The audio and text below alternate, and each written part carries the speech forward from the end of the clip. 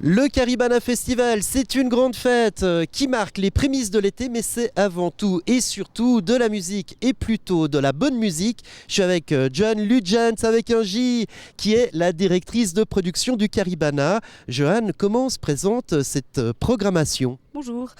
Ça va bien, on a tous les artistes donc, qui sont confirmés, qui sont au taquet, prêts à venir. On travaille depuis quelques semaines maintenant sur toutes les exigences pour leurs riders, de leur préparer un accueil digne, qui soit à l'aise une fois sur le terrain. Alors on va parler de la programmation, mais vous avez dit un mot, rider. Qu'est-ce qu'un rider ?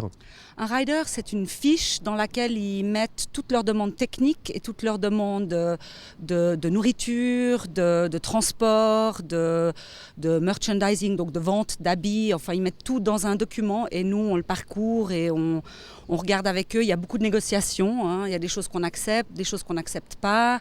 Et ça se travaille en amont parce qu'on ne peut pas les avoir sur le terrain sans avoir discuté préalablement de ce qu'ils demandent. Voilà, le rider, c'est toutes les petites demandes, un peu, on peut dire des fois des caprices ou des fois des choses bien légitimes. Cette année, sans trahir de secret d'alcôve, est-ce qu'il y a une demande particulière ou étonnante ?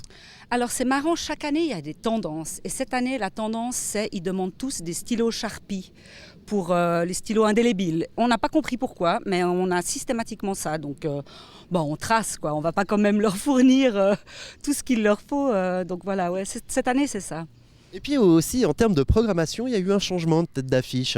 Oui, on a eu une annulation le samedi sur la scène du lac et ça nous a vraiment embêtés. C'était il y a peu de temps, il y a 3 semaines, 1 mois. Et du coup, on a remplacé le groupe qui était censé venir par Oxmo Puccino. On est très contents.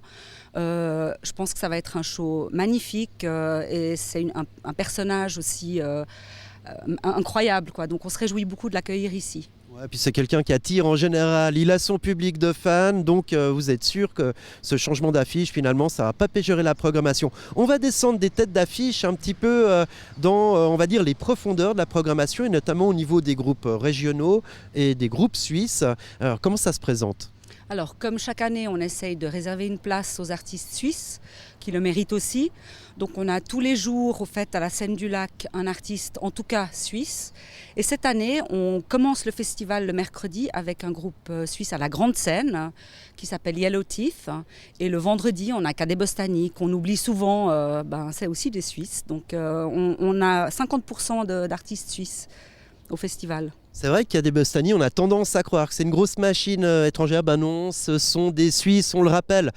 Il y a aussi toute une partie qui s'adresse, alors là, plus vraiment au terreau local. Je pense bien sûr au contest de DJ. Alors, est-ce que cette année, vous remettez le couvert ? Est-ce que vous réinvitez des lauréats des années précédentes ? Expliquez-moi, Johanne. Oui, alors on a... Pendant la semaine, au Havana Club, on programme aussi les DJ des contests précédents. Et le dimanche, à la plateforme, on a le DJ Contest. Le fameux DJ Contest, c'est la 4e année. Et donc, ils vont pouvoir se battre pour obtenir le prix du meilleur. Et après le contest, pour une première fois, on a organisé une silent party qui aura lieu aussi à la plateforme. Alors, pour peut-être les personnes les plus âgées ou des gens qui habiteraient peut-être sur Mars ou Saturne, rappelez-nous ce que c'est qu'une silent party. Alors, au fait, tout le monde a un casque et les DJ mixent chacun sur un desk. Et après, on choisit d'écouter, on peut changer de canal sur le casque et écouter un DJ plutôt que l'autre. Et en général, ça permet de faire un concours et de voir s'il y a plus de gens qui sont sur un canal ou sur l'autre. Et ça réduit les nuisances. Donc pour un dimanche après-midi, c'est pas mal. Ça réduit pendant qu'il y a les concerts ici aussi à la grande scène. Donc ça fait pas d'interférence. Ouais, ça permet un peu de redescendre et d'être un petit peu justement silencieux, quiet, de laisser tout retomber. Je rappelle quand même que ces DJ que vous avez découvert, ces petites perles, il y a un suivi et puis il y en a qui commencent à prendre de l'ampleur. Oui, il y en a qui vont très loin, il y en a qui mixent dans des grandes boîtes, qui sont très connus. Puis on est content de pouvoir quand même les guider un peu, on ne les prend pas et puis on les lâche dans la nature. Il y en a un cette année qui a 15 ans. c'est sympa pour lui si l'année prochaine on peut le programmer dans un bar. Ça lui permet de continuer un peu, même si peut-être qu'ils font de temps en temps aussi d'autres événements. Mais ça les aide quoi, de pouvoir mixer dans un grand festival. Parce qu'on est quand même un grand festival avec notre belle programmation. Ben oui, tout à fait. Puis il y a aussi un des éléments, chaque année, je pense que vous avez les yeux rivés sur la météo. Il y a toujours un petit orage, ça c'est normal, hein, à cette période, ou une grande période de beau et de canicule. Comment s'annonce la température du Caribana Festival ? On va dire qu'il va faire beau, qu'il va faire chaud avec tous les artistes qu'on a, qu'il y aura une bonne ambiance et puis qu'on ira boire des verres sur la terrasse VIP ou bien au bord du lac, à la plateforme. Voilà, le Caribana Festival, ça commence le 1er juin jusqu'au 5 juin.